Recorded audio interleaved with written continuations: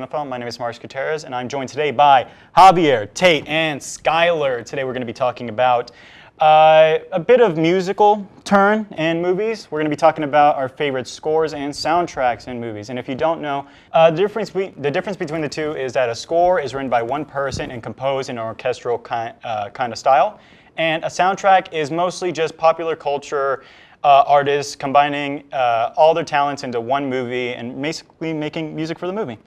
And starting off with our favorite scores. Javi, why don't you take us away? All right, so there's a lot of scores. Everyone has favorite scores, and there's so many to count. So I decided to choose one that maybe not many know about and I like to spread. So I chose Under the Skin. Under the Skin has a very unique, really interesting soundtrack. The biggest factor with it, in my opinion, is that it is very original. It's not like anything you've ever seen. And it kind of feels alienish in a way, which makes sense because the film involves alien life form and that kind of deal. The strings are great. They're eerie. They screech. They're off key. It's to help simulate that there's something off about the situations in the film. It helps explore that. It's not complex at all. It's very simple. They have simple tempo, simple tone, and it really gets you either uneasy or really intense, and it really works for the film, and it's unlike anything I think I've ever heard in a motion picture before. Yeah, very alienistic, and I like it very much. Moving on to Tate. Tate, what is your favorite score in a movie? Perhaps my all-time favorite score to a movie can be found in Katsuhiro Otomo's masterpiece, Akira. Now, this one, very unique, I think. The movie itself was a marvel on its own, but the score helped elevate it to so much more because I think it really helps give the film a massive feeling, a sense of scale, because everything in it feels gigantic, and this really helps my pulse pound and make me feel as though Neo-Tokyo is a real gigantic place.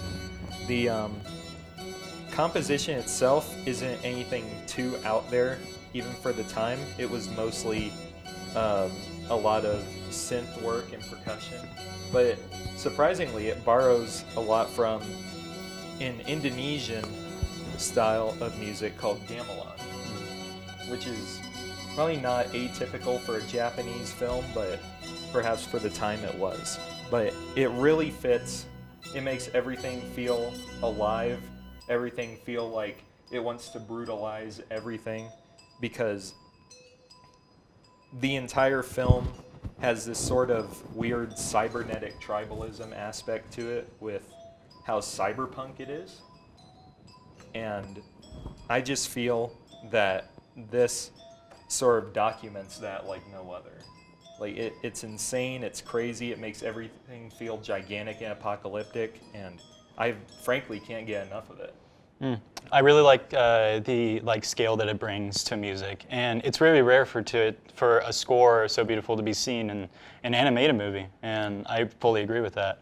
One thing I would like to say, didn't you say that the score was made before even the composer saw the film? That is true. Like the people who composed it didn't have any reference to sort of base it off of. So it's almost like they made the perfect sound for the movie without ever seeing what it would be like. Like they didn't sync it up to anything, they just made it as it was, and the movie sort of did its job and just went right along with it. Oh, all right, cool. Very interesting. Sky, can you give us your take on a favorite film score? My favorite film score, while it may seem kind of obvious, I think it kind of deserves to be so beloved. I'm going to go with the Star Wars score by John Williams and all the different movies. It's just almost every single composition in all the Star Wars movies. It's so memorable, from the fight scenes to when the Emperor comes down and all the stormtroopers are all set up, whether it's Obi-Wan and Anakin fighting, whether it's Millennium Falcon going through space, or whenever Princess Leia and Luke are having a sentimental moment and that kind of gentle music plays. It's just absolutely iconic, and it's kind of almost the standard bearer for any kind of sci-fi music you hear. Like a lot of the Star Trek movies and stuff kind of took a note from Star Wars, and they have kind of similar scores. Star Wars is just great. Yeah, and at the time of this, the filming, we got our final trailer for Star Wars: Rise of Skywalker, and even in that trailer, the score is very changed. It's very the first original score by John Williams is very upbeat. It's very iconic, but this one they slowed it down and they made it more methodical more than anything, proving that there is an end coming to Star Wars. I think my favorite score would have to be Alan Silvestri's take on Back to the Future. Very upbeat. It's a very triumphant score, and from the very first note, you immediately recognize it.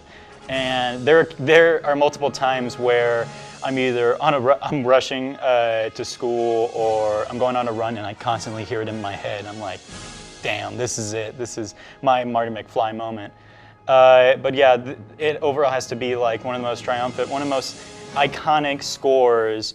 You bring up a really great one, Marcus. I love Back to the Future. It's my favorite movie. That the main instrumental, the main theme of it, I absolutely love it.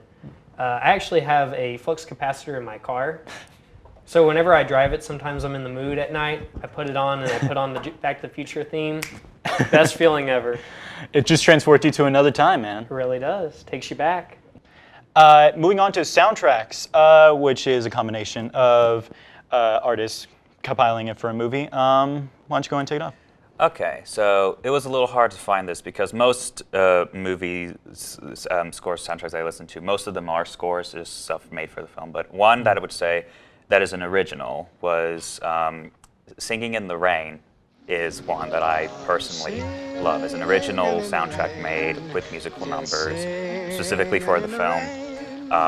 It's one of the soundtracks that gets me in the mood, because this film is set in the film was made in the 50s, but it's set in the late 20s, and this time of when talkies were starting to become a thing, and it uses this beautiful music, and these actors and their voices and everything to make this really beautiful upbeat score. They know how to dance. They use the dancing, and the tap dancing does part of it.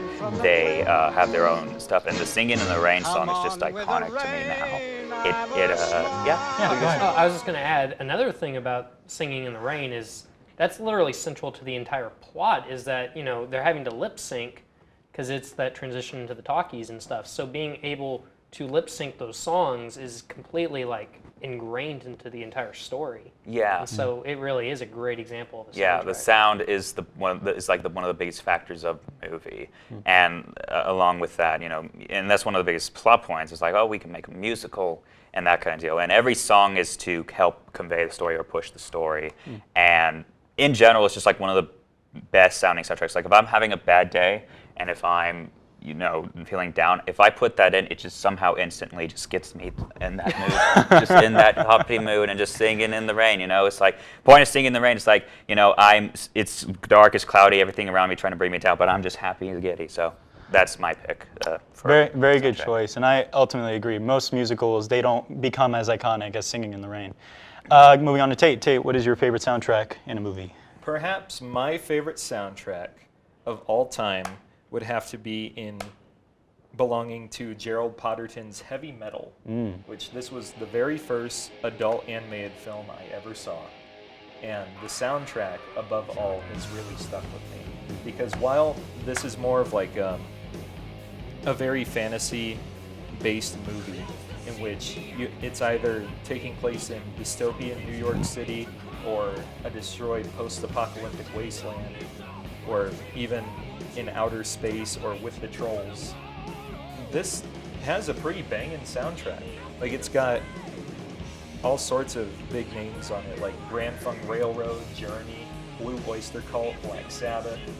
Like all the greats. Yeah. Yeah, that sounds good. Not all of them are necessarily heavy metal performers, but with the stories they're used in, they work perfectly. And even as just a standalone album, the soundtrack is probably just one of my favorite albums, period. Yeah. It's also great because you kind of mentioned a little bit, it's kind of an anthology movie. And so all the different segments of it kind of have a different tone and stuff. And so the music really works to emphasize those specific parts. Yeah, like they even find ways to use Stevie Nicks right. Yeah, and it's really hard for movies to do that. You don't hear a lot about anthology movies, but those who do, they pull it off like really well. Some do, some don't, and I think that heavy metal pulled it off really well, and that was a big part of that was the music. 100%. Yeah. Moving on, Sky, what would you say is your favorite movie score? Movie soundtrack? My favorite movie soundtrack is kind of a more recent one, but I love the Guardians of the Galaxy movies, both Volume 1 and Volume 2. I kind of like Volume 2 just a little bit more, but all the songs that they pick are all from the 70s. I think 1 or 2 are from the 60s. And I think it's great how it works into the narrative of that cassette player is from his mother who died, and it's the only thing he has left from Earth. And I think it's really interesting in how that music weirdly goes into good fight scenes with aliens that you wouldn't think it would really work with. Yeah, and it's also like a time capsule of back when he was a kid and his mom was growing up. It also adds that sort of like the music is its own character in a sense where it's his mom speaking to him through song, and I really do enjoy that. My personal like favorite soundtrack would have to be another recent one. It would have to be Into the Spider-Verse. Such a great soundtrack with so many good artists coming in. Amine, Post Malone, you name it. Like a bunch of the big hip hop and R&B singers are in this movie, and they do not. It doesn't slow down at any point. Every song is put very well into it. Most credibly is "What's Up, Danger," of course, with the big change in how Miles sees himself. And of course, you can't forget about Sunflower. It's so it's legendary in the sense where everybody knew it, and then whenever they heard it, they were like, "Oh, this movie, that's what it is." Anytime you go to the mall, that song's playing, I swear. Yeah, I'm impressed of how big it was because Spider-Verse I don't think was big box office wise, you know, and not the maybe people were starting to kind of superhero fatigue with like that was the same year of Infinity War and a bunch of other properties, but yeah, that soundtrack took off way more than I predicted. It's just so weird to think that that's the superhero movie that doesn't gain a lot of traction. Yeah. When that ended up being one of the better ones. I think it's because it's animated. Yeah, animation has a very weird niche where you have either the very, and I'm going to be very derogatory with it, the nerdy ones watching this movie, and mostly kids, but if you just love film, you love like how animation looks, this is a movie that speaks out, and the music speaks for it. It's one of the best looking animated films I think I've ever seen in my life. No, absolutely. It is something, but the soundtrack is definitely something that is as popular, even I would say even more popular in the sense. I think I hear it more. I know it's loved by most people, but the soundtrack I saw in the top charts, I'm like, oh, it got all the way up there. I was surprised. Maybe that's just me. I don't know. Because I like the soundtrack. I just didn't know people thought of it so much. But at least more than I Sunflower, thought. at the very least, Sunflower is Post huge. Malone. A lot of great picks, guys. Like this was a really fun time to really talk to y'all and really get y'all's take on something that not really talked about in the movie community, like the general population that goes to watch movies. Usually people say that's a really good song or something like that. They don't really talk about it, and I really like that y'all brought it up. Yeah, it does seem that way, but yeah, it's fun to talk about soundtrack because I feel like they're essential to a film being fantastic. Some of them may not even have worked without it. Any closing thoughts, anybody? Kind of continuing what you just said, I think that music gives movie a life. I mean, sure, a movie would still be good with great acting, great effects, but music kind of almost gives you that emotional appeal, whether it's like aggressive action or sentimental sadness. You know, music really adds a lot to the life of the film. Hey, thank you for watching our video today. If you would like to see more, be sure to subscribe and also to get a thumbs up on this video if you did like it. hit the notification bell if you want to hear from us. And make sure to check out the rest of our other videos. And that's it for us today. We will see you later, Internet.